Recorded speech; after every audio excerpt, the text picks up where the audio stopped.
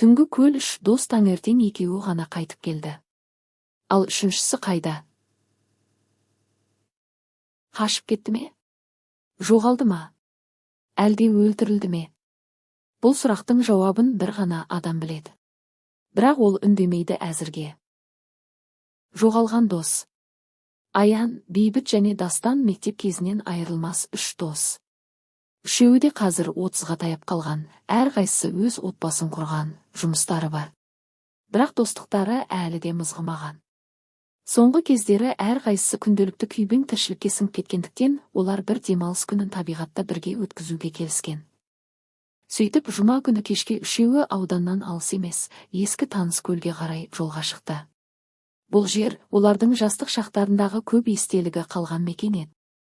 Бейбіт артқы орындықта отырып, терезеден далаға қарап отырды. Аян көлікті жүргізіп келе жатып, Дастанмен алдыңғы орындықта әзілдесіп, екеуі анда-санда артқа бұрылып, Бейбітке де қалжың айтып күлкіге бөленіп отырды. Көңіл күйлері көтеріңкі еді. Көл жағасына жеткенде кеш батып қалған. Олар жылдам шатырларын тігіп, от жағып, аз-маз ішімдік ішуге отырды. Табиғат тыныштығы, түнгі жұлдыздар, оттың жарығы, бәрі де бұрынғы күндерді еске түсіріп, сол бір еркін шақты қайтадан сездірді. Бірақ бұл тыныштық ұзаққа созылмады. Түн ортасы ауғанда Бейбіт ұйықтауға жатты. Ал Аян мен Дастан тағы біраз отырды. Аянның айтуынша, шамамен сағат 2-ге таман өзі де ішке кіріп демалған. Дастан болса, мен аздап тынығып, сосын көлдің арғы бетіне қарап келем деген. Сол соңғы көрген сәт, оның өміріндегі ең соңғы белгісі болып шықты. Таң ата, күн сәулесі шатырға түскен кезде Аян оянды. Сыртқа шыққанда Дастанды көрмеді. Шатырда да, көл маңында да оның ізі байқалмады. Бейбіт те оянған соң, үшеуі барлығы бірге таңғы ас ішуі тиіс еді, бірақ енді олардың бірі жоқ болатын. Алғашқыда олар оның алыста жүрген болар деп ойлады. Бірақ сағат сайын үміт сөне бастады. Телефонды бірнеше рет шақырды, жауап жоқ. Дауыс поштаға түсіп кете береді. Ақырында олар полицияға хабар берді. Тергеу тобы келіп, оқиға орнын қарап шықты. Көл маңы қоршалды. Жақын маңдағы тоғайлар мен су астын сүңгуірлер түгел тексеріп шықты. Бірақ Дастаннан еш белгі табылмады. Ең қызығы, оның жеке заттары, телефоны, әмияны барлығы орында қалған. Тек өзі жоқ. Тергеуші Әлішер Сейтханов іске кірісті. Ол Аян мен Бейбіттен жеке-жеке жауап алды. Аян оқиғаны сабырмен баяндады. Мен түнде ішімдік ішіп біраз отырған соң ішке кіріп ұйықтадым. Соңғы көргенім Дастан отбасында жалғыз отыр еді. Бейбіттің сөзі де тура сондай, бірақ ол. Мен бірінші ұйықтап қалдым. Таңертең Аянның айқайымен ояндым. Дастан жоқ екен. Бірақ түнде бір мезет құдды сыртта бір қозғалыс сезілгендей болды деді. Тергеушінің назарын аудартқан от жанында жатқан балық аулау шанышы. Оның сабында көзге көрінер-көрінбес қан іздері бар екен. Лабораторияға жіберілді. Әлішердің ішкі түйсігі алданбайтын. Ол бұл жерде жай ғана жоғалу емес, әлде бір терең құпия жатқанын сезді. Біреуі өтірік айтып тұр. Бірақ кім? Қандағы мен құпия, телефон қоңырауы. Аян мен Бейбіт аудандық полиция бөлімінде тергеуші Әлішердің алдында отыр. Айнала үнсіз. Кабинеттегі сағат тықылдап қана тұрғанымен, бұл тыныштықтың астарында күдік, қысым және ақиқатқа ұмтылыс жатты. Балық аулау шанышқысындағы дақтарға сараптама жасалды деді Әлішер, үстел үстіндегі қағаздарды парақтап. Онда адамның қаны бар. Әзірге кімдікі екенін нақты айта алмаймыз, бірақ бір нәрсе анық, бұл жай ғана жоғалып кету емес. Аян селк ете қалды. Мүмкін бір жерде жарақаттап алған шығар. Дастан оттың қасында отырғанда қолын кесіп алған болуы мүмкін деп ақтала сөйледі ол. Бірақ онда неге сіздер оны іздемегенсіздер? Таңертеңнен бері іздегенсіп жүрсіздер, бірақ іздеген адамның аяқ ізі, киімінің ізі неге жоқ? Көл маңында адам сүйреп апарғанға ұқсас бір жер бар. Шөп тапталған. Бірақ ол іздер де анық емес деді тергеуші күдіктене қарап. Бейбіт орнынан қозғалып, біз шынымен ештеңе білмейміз. Ұйықтап қалдық деді, бірақ көзі терезеге қарай жалтақтады. Оның бұл қимылы Әлішерге ұнамады. Тергеуші оларға сұрақ қойған сайын, Аян байсалдырақ көрінді, ал Бейбіт мазасыздана берді. Әлішер өз жазбаларына қарап отырып тағы бір детальді алға тартты. Сағат 02:47-де Дастанның телефонынан бір қоңырау жасалған. Ол нөмірге хабарластық. Қабылдаған Дастанның әйелі, Айжан, ол телефон бір қоңырау шалып, бірден өшіп кетті дейді. Біз естілмеген. Тек тыныштық. Сіздер болсаңыздар, дәл сол уақытта ұйықтап жатқан болып шықтыңыздар. Бұл сәйкестік пе? Аян не дерін білмей қалды. Бейбіт терең күрсінді. Тергеуші үнсіз отырды. Кабинет ішіндегі ауа қоюланып кеткендей.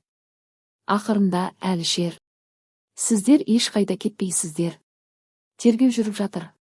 Кешке дейін тағы да бірнеше сараптама нәтижесі дайын болады. Сол кезде нақты сөйлесеміз. Кешке қарай тергеу тобы Дастанның үйіне барып, әйелі Айжаннан да сұхбат алды. Ол соңғы кезде Дастан бір түрлі мазасы жүрді. Телефонына жиі қарап, кейде үйден тыс шығып кететін. Бірде мен сұрадым: не болды? Деп. Ол: ештеңе емес, достармен бір нәрсе шешу керек деді. Бірақ қандай нәрсе екенін айтпады деді, көзіне жас алып. Ол 3 досының бірімен араздасып жүрген жоқ па еді? Айжан біраз ойланып: шын айту керек болса, Бейбіт екеуінің арасында бірдеңе болған сияқты. Бірде Дастан: оның кейбір әрекеттері маған ұнамайды, мен сенбеймін оған дегені бар. Бұл сөздер тергеушінің ойын өзгертті. Бұрын Аян күдікке ілінген болса, енді Бейбіттің де әрекеттері бақылауға алынды. Сол түнде не болғанын ешкім әлі нақты білмейді. Бірақ әрбір деталь Дастанның өз еркімен кетпегенін көрсетіп тұр. Аян мен Бейбіт шындықты жасырып отыр ма? Әлде біреу оларды шатастырып отыр ма? Оқиғаның ішкі астары тереңде жатқандай. Бейне жазба және көл түбіндегі құпия. Таңертең ерте тергеуші Әлішерге аудандық криминалистика бөлімінен хабар келді. Көл маңынан алынған дрон видеосымен жақын маңдағы аңшылық базасының бақылау камерасынан жазбалар дайын болған. Әлішер дереу жазбаларды қарауға кірісті. Бейне жазбада көлдің батыс жағында әлде бір көлеңкелі қозғалыс байқалды.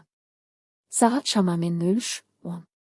Камера тым алыстан түсірілгендіктен жүздер анық емес, бірақ 3 адамның бірінің су жиегінде тұрып, екіншісімен сөзге келіп, кейін кенеттен екіншісі оны итеріп жібергені көрінді. 3-ші адам артта, бейне үнсіз бақылап тұрғандай. Жағдай бір сәтте орын алды. Камера бұдан кейін тек толқындар мен қараңғылықты ғана көрсетеді. Бұл не деген сұмдық? Деді Әлішер өз-өзіне. Бұл жазба нақты дәлел бола алмайды, бірақ үлкен негіз береді. Сол сәтте көл түбін тексеріп жатқан сүңгуірлерден де хабар жетті. Олар көлдің терең тұсынан кішкене қап тауып алыпты. Оның ішінде ер адамның сағаты, су өтпейтін әмиян және пышақ. Пышақ сабында қан қалдықтары бар. Бейне жазбамен табылған заттарды салыстыра отырып, тергеуші жоспар құра бастады. Ол Аян мен Бейбітті жеке-жеке шақырды. Алдымен Бейбіт кірді. Тергеуші жазбаларды көрсетті. Бейбіттің жүзі бозарып кетті. Бұл Дастан емес шығар. Жоқ, сен жақсы білесің, бұл сол түні болған жағдай. Екеуіңнің бірің өтірік айттың. Қара, артта тұрған 3-ші адам сенсің бе, әлде Аян ба? Бейбіт терең тыныс алды. Мен ешкімді өлтірген жоқпын. Бірақ сол түні Дастан мен Аян қатты дауласып қалды. Бірдеңе туралы айтысты. Ақша туралы сияқты. Мен араласпадым. Бірақ Аян кенет Дастанды итеріп жіберді. Ол құлап түсті. Бірақ мен оның өлгенін көрген жоқпын. Аян маған: мұны ешкім білмеу керек деді. Сол сәттен бастап мен үнсіз қалдым. Әлішер жазып отырды. Енді Аянның да айтқанын тыңдау қажет еді. Аян кірген кезде ол әдеттегі сабырлылығымен отырды. Бірақ бейне жазба мен дәлелдерді көрген соң көзінде дүрбелең пайда болды. Не айтпақшысың, Аян? Ол менің әйеліме тиіскен деді ол күбірлеп. Мен соны білдім. 1-2 күн бұрын әйелімнің телефонын көріп қалдым. Дастан оған қоңырау шалып кездесіп жүрген сияқты. Мен үндемедім. Бірақ сол түнде айттым. Онымен сөйлестім. Иә, ашуға берілдім. Итеріп жібердім. Бірақ ол тірі болды. Ол өзі кетіп қалды. Құдай ақы. Мен оны өлтірген жоқпын. Ал неге дереу полицияға хабар бермедің? Себебі менің үстімнен күдіктенеді деп қорықтым. Әлішер үнсіз қалды. Екі адамның да айтқаны шындыққа ұқсайды, бірақ біреу бәрібір өтірік айтып отыр. Екеуінің де сөзі сәйкес келмейді. Дәлелдер мен бейне жазба нақты шешім шығарарлықта емес. Бірақ көл түбіндегі пышақтың дынық нәтижесі көп нәрсені анықтайды. Жарайды, деді Әлішер орнынан тұрып. Ертең бәрі белгілі болады. Бірақ ол білмеген бір нәрсе бар еді. Сол түні көрші ауылдың бір адамы күтпеген видео түсіріп, оны интернетке жүктеп қойған. Интернеттегі видео және шындықтың шеті. Таң атысымен тергеуші Әлішер аудандық бөлімшеге келсе, көмекшісі еркін ноутбукпен қарсы алды. Түнде тәк-тәкта бір видео таралды. Бейбіт, Аян және Дастан көл жағасында от жағып отырған сәт түсіп қалған. Сүрген көрші ауылдан келген балықшы. Ол сол түні арғы жағалауда жалғыз болып, қалжыңдап сүрген.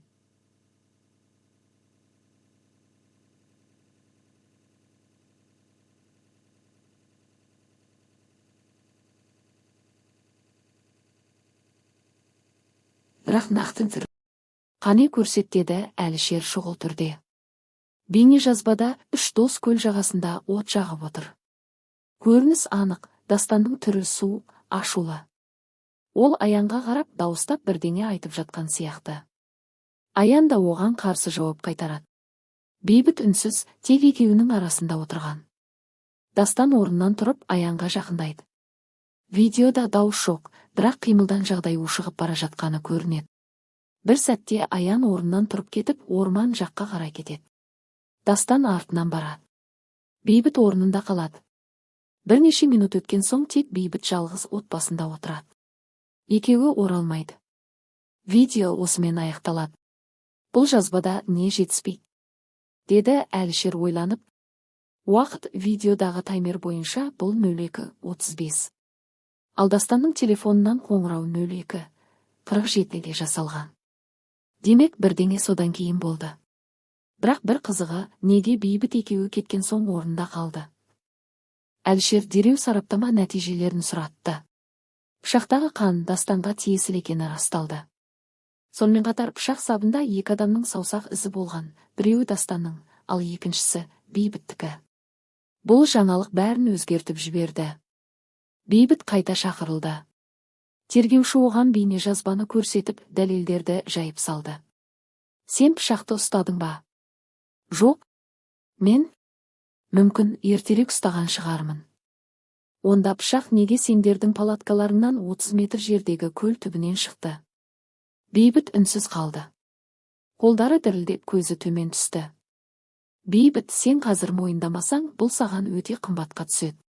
Біз бәрін дәлелдеп жатырмыз. Мүмкін сен Дастанды өлтірмеген шығарсың. Бірақ пышақты сен лақтырдың. Немесе кемінде көрдің. Мен? Деді ол әлсіз даусымен, мен олардың артынан бардым. Орман шетіне дейін. Екеуі ұрсысып жатты. Дастан Аянға жұдырық ала жүгірді. Сол кезде Аян пышақты суырып алды. Мен байқамаппын, оның қолында пышақ бар екенін. Ол қорғанды. Дастан құлады. Қан ақты. Мен шошып кеттім. Аян маған, көмектес, жазырмасақ, екеуміз де қамаламыз, деді. Сосын, біз екеуміз пышақты алып көлге лақтырдық. Дастанды суға сүйреп апарып батып кеткендей етіп қойдық. Мен сол сәтте бәрі бұрыс екенін түсіндім. Бірақ қайтар жолда Аян маған, мұны ешкім білмейді, деді. Жазасыз қалмайтын ақиқат. Аян қайта шақырылғанда ол бұрынғыдай байсалды емес еді. Көзі шаршаған, иығы түскен, қолын қалтасына тығып, үнсіз отырды. Әлішер оның алдына пышақтың фотосын, бейнежазбалар мен саусақ ізі бойынша сараптама қорытындысын қойды. Бейбіт бәрін айтты. Пышақ сенің қолында болған. Қолыңнан Дастан қансырап құлап түскен. Суықпен жуынып кеткен соң оны суға итердің. Бұл кездейсоқтық па, әлде алдын ала ойластырылған қылмыс па? Аян біраз уақыт үнсіз қалды. Сосын ауыр күрсінді. Мен өлтірем деп ойламадым. Бірақ пышақты өзімен әдейі алып барғаным рас. Қауіптендім, себебі Дастан соңғы кезде есінен адасқандай болды. Әйелімнің артынан түсіп түнде хабарласатын болған. Бірде оны жұмыстан күтіп тұрғанын әйелім айтып берді. Сол кезде ішімде бірдеңе үзілді. Бірақ неге бар шындықты басынан айтпадың? Қорықтым, себебі ол өліп қалды. Су бәрін жояды деп ойладым. Бірақ бәрібір қашып құтылу мүмкін емес екен. Түнде көзімді жұмсам, Дастанның көзі алдымнан кетпейді. Әлішер басын изеді. Бұл жауапкершіліктен қашқан адамның өкініші. Сот процесі 2 айдан соң өтті. Аянға кездейсоқ кісі өлтіру және қылмыс ізін жасыру баптары бойынша үкім шығарылды. Ол 9 жылға бас бостандығынан айырылды. Бейбіт қылмысты жасырушы ретінде 3 жыл шартты жазалды. Дастанның денесі көлдің тереңінен 1 аптадан кейін табылды. Сараптама оның пышақ жарасынан көз жұмғанын растады. Әлішер бұл істі жапқанда тергеу дәптерінің соңғы бетіне тек бір ғана сөйлем жазды. Қылмыстың ізі суға түскенмен, шындық ешқашан тұңғиықта жатпайды. Көл әлі де тыныш. Бірақ сол түнгі 3 достың бірінің қайта оралмағаны бұл жерді мәңгіге өзгертті.